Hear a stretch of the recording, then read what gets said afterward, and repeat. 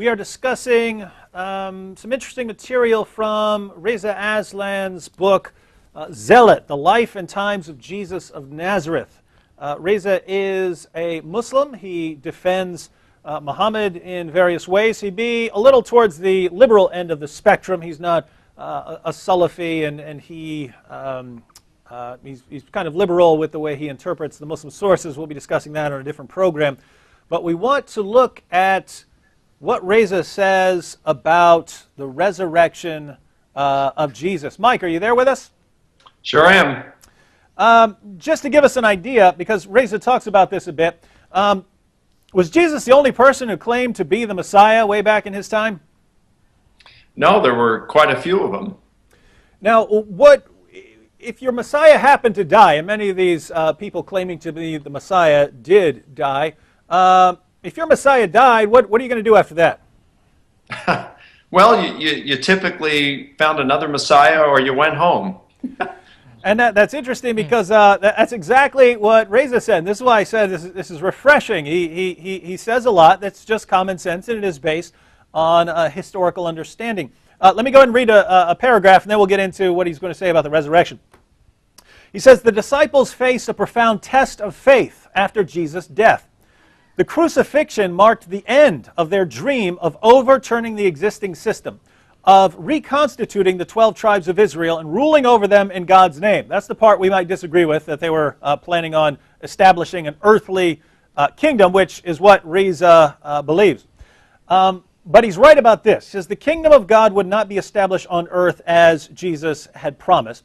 The meek and the poor would not exchange places with the rich and the powerful. So if this is what the disciples were hoping, then their hopes were crushed. So the Roman occupation would not be overthrown. As with the followers of every other Messiah the empire had killed, there was nothing left for Jesus' disciples to do but abandon their cause, renounce their revolutionary activities, and return to their farms and villages. And generally, if you're following one of those false messiahs and he gets crucified by the Romans, that's pretty much all you're left with, right? That's correct. You've had public debates with Muslims and with general non-theists, including some very high-level scholars on this issue, right? Yeah. Oh yeah, for sure. All right. Now what I think is really cool is a lot of what Reza presents is the sort of material that Christians would use in building a historical case for the resurrection of Jesus. And a lot of what he says is what convinced me to become a Christian. And so some of this material is what started bothering me a lot when I was an atheist and got me really thinking, and ultimately had a lot to do with me accepting the gospel. Now, let me share with you where he's going here. So, Jesus' disciples had nothing to do but go home. People who follow false messiahs have nothing to do but go home and start working again or find another messiah. But he says, then something extraordinary happened. What exactly that something was is impossible to know. Jesus' resurrection is an exceedingly difficult topic for the historian to discuss, not least because it falls beyond the scope of any examination of the historical Jesus. Obviously, the notion of a man dying a gruesome death and returning to life 3 days later defies all logic, reason, and sense. One could simply stop the argument there, dismiss the resurrection as a lie, and declare belief in the risen Jesus to be the product of a deludible mind. Now, it's interesting what he does here. He says the resurrection defies all logic, reason, and sense. And it certainly doesn't defy logic. There's no contradiction involved in saying, Jesus rose from the dead. As far as defying reason and sense, it would only defy reason and sense if you don't believe that in miracles, you don't believe in the supernatural world, you don't believe that there's a being who can perform miracles. That's the only way that something like the resurrection could defy reason and sense. If there is no God, if there is no one capable of resurrecting the dead. But here's where he goes. Because I'm saying this because that was my thoughts on the resurrection before I believed in the resurrection. This is just absolute nonsense here. And here's the problem. He says, however, there is this nagging fact to consider. One after another of those who claim to have witnessed the risen Jesus went to their own gruesome deaths, refusing to recant their testimony. That is not in itself unusual. Many zealous Jews died horribly for refusing to deny their beliefs. But these first followers of Jesus were not being asked to reject matters of faith based on events that took place centuries, if not millennia before. They were being asked to deny something they themselves personally, directly encountered. And why this is interesting is, Mike, what's the scholarly, let's say, consensus on the disciples' belief that they had seen Jesus? I mean, we have Christian scholars, we have atheist scholars, we have agnostic scholars, and even in the Christian spectrum, you have your conservative, your liberals, and so on. What do scholars think about the appearances? What do they think that happened with the disciples? Well, those who comment on it, there's virtually a 100% consensus that the disciples had experiences in individual and in group settings that they perceived and sincerely believed was the risen Jesus who had appeared to them.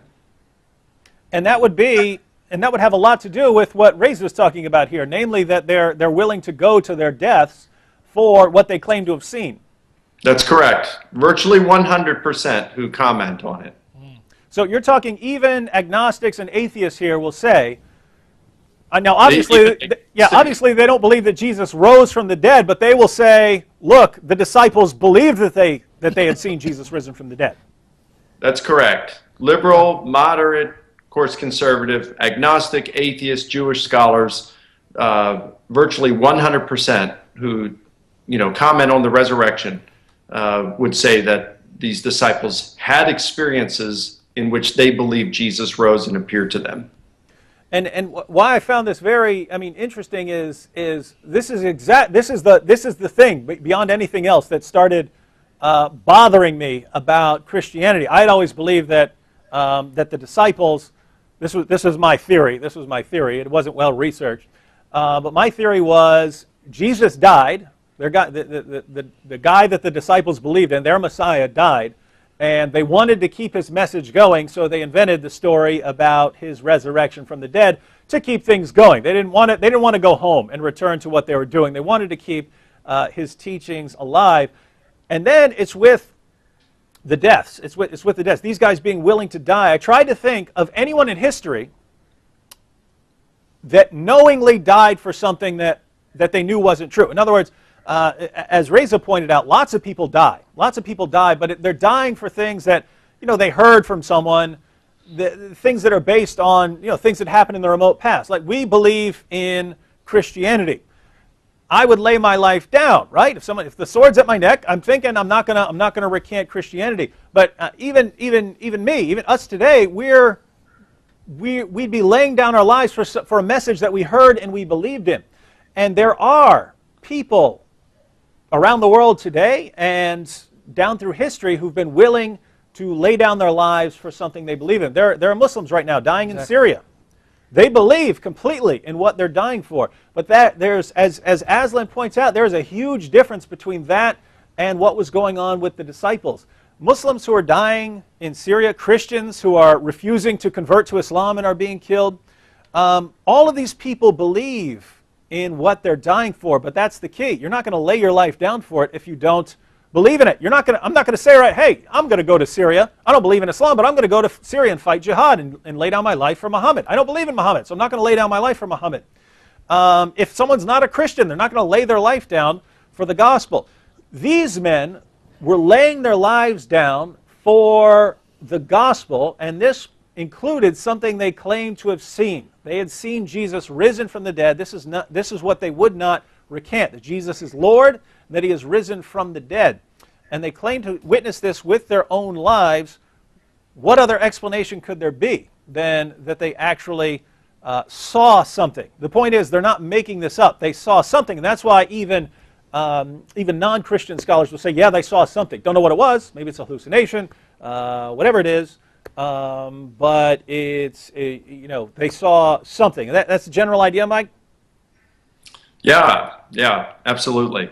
Yeah, they think they're confident. I mean, there's really good reason, because all the accounts we have that discuss it talk about this. I mean, first you've got Paul. He says he saw the risen Jesus. Paul said that he was preaching the same thing as the Jerusalem apostles were preaching, that he'd gone up to Jerusalem, Galatians 2, and that's one of Paul's undisputed letters. In other words, of the 13 letters attributed to Paul in the New Testament, there are 7 that are undisputedly written by Paul. Scholars then, debate over the other 6, and some are more certain than others. But just from Paul's undisputed letters, we can know that Paul said that he met with the Jerusalem apostles, Peter, James, and John, the leaders of the Jerusalem church, ran the gospel message he'd been preaching past them to make sure he was preaching what they were preaching, that they certified what he was preaching was true. That's Paul's account. And then you've got people like Clement of Rome and Polycarp, who were probably discipled by the apostles Peter and John respectively, and they are writing after the death of Paul, and they mention Paul in very laudatory terms. You have Clement of Rome, who places Paul on par with his mentor Peter. And then you've got Polycarp, who quotes Paul's letters twice and refers to them as part of the sacred scriptures. And he also says that Paul, and I quote, accurately and reliably taught the message of truth. Now, these aren't the kinds of things you say about Paul if he's teaching differently than what your mentors Peter and John were teaching. But they're precisely the kinds of things you say about Paul if he was teaching what the Jerusalem apostles were teaching, when it came at least to the gospel message. And that involved Jesus' death, his atoning death, the belief that he was divine, and his resurrection from the dead. So we can know that when we hear Paul on this gospel message, we are also hearing the voice of the Jerusalem apostles. This is what they were proclaiming. Jesus had been raised bodily from the dead. And I like tying it in with Paul, because a lot of Reza's book is focused on the gospel material. And one of the reasons I really liked what his discussion is that several times in his book, Reza is saying something, and I think of an objection. I think, this guy doesn't know what he's talking about. He doesn't know about such and such. And then in the very next paragraph, he'll start talking about the such and such that I think he doesn't know about. And this passage on the resurrection is one of those passages. Let me start it off, and I'll tell you my thought process as I was going along. He says, although the first resurrection stories were not written until the mid to late 90s, he says there is no resurrection appearance in either the Q source materials compiled in 50 CE or in the Gospel of Mark written after 70 CE. Hang on a second. Yeah, there's no resurrection narrative in the hypothetical Q source, but there's no mention of Jesus' death in it either. Yeah, that's considered a sayings document, right? It was a collection of sayings, right? That's correct, and we have no idea what it was. It could have been some notes that the disciples carried around with them, teachings of Jesus, so that when they were going around, these were the notes they referred to. We just don't know what Q was. It's an entirely hypothetical source, and to go beyond that and trying to say, well, this is definitely, there was this Q community and redacted levels of Q. I mean, that is just positing castles in the air. There's just that's just pure speculation. We don't know anything other than there appears to have been a source that Matthew and Luke used on occasion. And I'm glad you actually jumped in there, because that's immediately what I did when I was reading this. Right when he said that, I thought, Q, if we don't actually have Q. What we know about is it seems to be a sayings document. That's very different from the resurrection appearances or something like that. But then I think if these were notes that the disciples were carrying around with them, Q might have been a source that was there during the ministry of Jesus. Mm-hmm. So that's why it wouldn't mention his death or resurrection. So we just don't know much about Q. Yeah, and then to say, and there's no resurrection appearance in the Gospel of Mark. Well, the Gospel of Mark ends with saying, go see Jesus where he told you to, right? That's correct. And I would point out that there are numerous times in Mark's Gospel where Jesus predicts his death and his resurrection. So Mark certainly knows about it. In fact, in Mark chapter 14, verse 28, he says, after he tells his disciples that after he rises from the dead, they are to go to Galilee, and there he will meet them. And that's why the angel later on in Mark chapter 16, verse 7 says, Jesus is raised now. Go ahead into Galilee, and you'll see him there just as he told you. So, but his death and resurrection are mentioned in Mark chapter 8, verse 33, Mark 9, 31 through 33. I mean, it's all throughout Mark's gospel. So Jesus is predicting his death and resurrection throughout Mark's gospel. The angel says he's raised from the dead for them to go to Galilee where they will see him. I personally think that the ending of Mark was lost. That may not be the case, but we don't know for sure. But even if it were meant to end at chapter 16, verse 8, surely Mark is familiar with the resurrection because, again, Jesus predicts it and the angel announces it. Yeah. So Mark doesn't include examples of the appearances to the other apostles and so on. That doesn't mean there's no resurrection there in the Gospel of Mark. So as I'm reading this, I read although the first resurrection stories were not written until the mid to late 90s, I'm thinking, okay, putting Matthew and Luke in the mid to late 90s. So he's not just saying 90 anymore, he's saying between 95 and 100. That's much later than I would put them. He says, so Matthew and Luke he's putting at the end of the first century. Then he says, it's not in the Q material, which is a sayings document. It's not talking about the resurrection. And it's not in the Gospel of Mark. It looks like he's deliberately trying to misrepresent the facts and try to make it look like the resurrection story came much later. It wasn't in the early material. It only comes along later, and therefore someone invented it. That's what I'm thinking as I'm reading it, but then I keep reading. And he says, belief in the resurrection seems to have been part of the earliest liturgical formula of the nascent Christian community. Paul, the former Pharisee who would become the most influential interpreter of Jesus' message, writes about the resurrection in a letter addressed to the Christian community in the Greek city of Corinth sometime around 50 CE. For I give over to you, this is a quotation from Paul, I'll tell you when I'm done, everyone. For I give over to you the first things which I myself accepted, that Christ died for the sake of our sins according to the Scriptures, that he was buried, and that he rose again on the third day according to the Scriptures, that he was seen by Cephas, Simon Peter, then by the 12. After that he was seen by over 500 brothers at once, many of whom are still alive, though some have died. After that he was seen by his brother James, then by all the apostles, and last of all he was seen by me as well. So so I'm reading that, and if Reza's talking about the Q source, which he puts around 50, or Mark, which he puts after 70, here you're talking Paul writing in Corinthians around 50, but there's something much more interesting about this passage. Now this was written around 50, according to Reza. But then he says this, Paul may have written those words in 50 CE, but he is repeating what is likely a much older formula, one that may be traced to the early 40s. That means belief in the resurrection of Jesus was among the community's first attestations of faith, earlier than the Passion narratives, earlier even than the story of the virgin birth. So Reza here is saying we have some very early material. Mike, you there? Can you hear me? Yeah, we can hear you. There we go. Yeah, I'm here.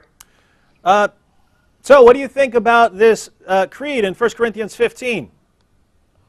Well, it's, Reza is correct that this is very early tradition here. In fact, this is something that is accepted by a consensus of historical Jesus scholars or New Testament scholars. You've got 1 Corinthians, I'd say, was written probably around the year 55, probably closer to the middle of that decade than the earlier part. But Paul has established a church in Corinth there around the year 50, 51. And when he's saying he wants to remind them of the gospel he had preached to them, this is chapter 15, verse 1. He's talking about the gospel he preached to them when he established the church there in 50 or 51. And then he says, hey, I delivered to you then, back in 50-51, what I had also received. So he's, this is oral tradition that he's passing along to them. And there are a number of things in this creed that suggest it's oral tradition. The delivered and received are two technical terms for the imparting of oral tradition. You've got the fact that there's parallelism here. That's long, short, long, short. Christ died for our sins according to the scriptures, and that he was buried, and that he was raised on the third day according to the scriptures, and that he appeared. So you got long, short, long, short. You've got the fact that Paul introduces this in verse 1 by saying he wants to remind them of the gospel he had preached to them and in which they'd become Christians. Well, remember, according to Galatians 2, just a few years before that, it could have been as little as 1 year before he established the church in Corinth, that he got the gospel certified that he had been preaching. He got it certified by the Jerusalem apostles, Peter, James, and John. So, you'd look and you say, wow, well, this message that he passed by them and he got certified to be accurate to what they were preaching, wow, if we only had this written down somewhere, that'd be great. Well, we do right here. Paul says, I want to remind you of the gospel message I preached to you. And then he gives a summary of that in verses 3 through 7. That talks about the death, the resurrection, and appearances of Jesus, post-resurrection appearances of Jesus to them, to individuals and to groups, and even to Paul, an enemy of the church. Right after that, in verse 11, he says, hey, whether I am doing it or the apostles are doing it, this is what we preach and what you believed. And when he uses the term preach, it's a different one than he uses in verse 1. The one he uses in verse 1 is euangelizomai, which means to bring them good news. But in verse 11, verse 12, and verse 14, he uses the term keruso or kerygma. So this is the official and formal proclamation of the disciples. So this thing has every mark of being oral tradition. And because Paul had run the gospel message past the Jerusalem apostles and got it certified with them, what he was preaching when it came to the gospel message, at least, is what they were preaching. And this is the gospel message, an outline of it that he gives us in verses 3 through 7. So not only does this go back to the 40s, David and Sam, this goes back to the Jerusalem apostles themselves. When we are reading verses 3 through 7, we are actually hearing the voice of the Jerusalem apostles. This is just amazing, because despite the fact that, there is some question concerning the authorship of some of the Gospels, of what we are reading in chapter 15 of 1 Corinthians can go back to the Jerusalem apostles. We can establish this with historical certainty. This is just the kind of stuff historians drool over. I like to look at it like of a deck of cards. If the Gospels, we have some cards that they have greater value than others. So if we look at the Gospels, I mean no disrespect to them. I'm not talking about their divine inspiration. I'm thinking about them as historical sources and the certitude with which we can, identify a lot of things in them. If we look at the four Gospels as tens or jacks, with Paul, we've got an ace, because this is a guy that we can trace back to he claims to be an eyewitness of the risen Jesus himself. We can go right back to the Jerusalem apostles through Paul, certifiably through him. And he was hostile at the time of his conversion experience. So, this is just great stuff. He is an ace in terms of a historical source. Now, Mike, if Paul is an ace, I have to say that Reza Aslan is a joker, because after going through all that material, he concludes by saying, nevertheless, the fact remains that the resurrection is not a historical event. It may have had historical ripples, but the event itself falls outside the scope of history and into the realm of faith. It is, in fact, the ultimate test of faith for Christians. As Paul wrote in that same letter to the Corinthians, if Christ has not been risen, then our preaching is empty and your faith is in vain. 1 Corinthians 15:17. So what we have, and this is from Reza himself, we have very early material. In fact, we hear on, from internet atheists and so on that the resurrection story came very late. No, we know that it was there from the very beginning, and Reza admits that this is very early. This isn't. We don't just have the reports. We know that the apostles believed this, and they were convinced that Jesus had appeared to them. So Reza admits that Jesus died. He admits that the disciples were going to their deaths, proclaiming that they had seen him. And he points out that there's a huge difference between what these apostles were doing and what other people are doing when they die for something that they believe in. That the apostles were dying for something they claim to have seen. Now, it seems to me that all you need for Jesus rising from the dead is he was dead and then he was alive. So he's dead and he was alive. But both of those, if he's dead, that's something we can investigate historically. And if he's alive again later, that's something we can investigate historically. So to say that the resurrection is not a historical event, it may have had historical ripples, but the event itself falls outside the scope of history and into the realm of faith. Well, I agree if he's, if what he means by the resurrection is outside the scope of history, if he means, well, we weren't there, we didn't see it, or something like that, or that you can't see the miraculous intervention of God there, something like that, that the historian can't do that. Well, maybe.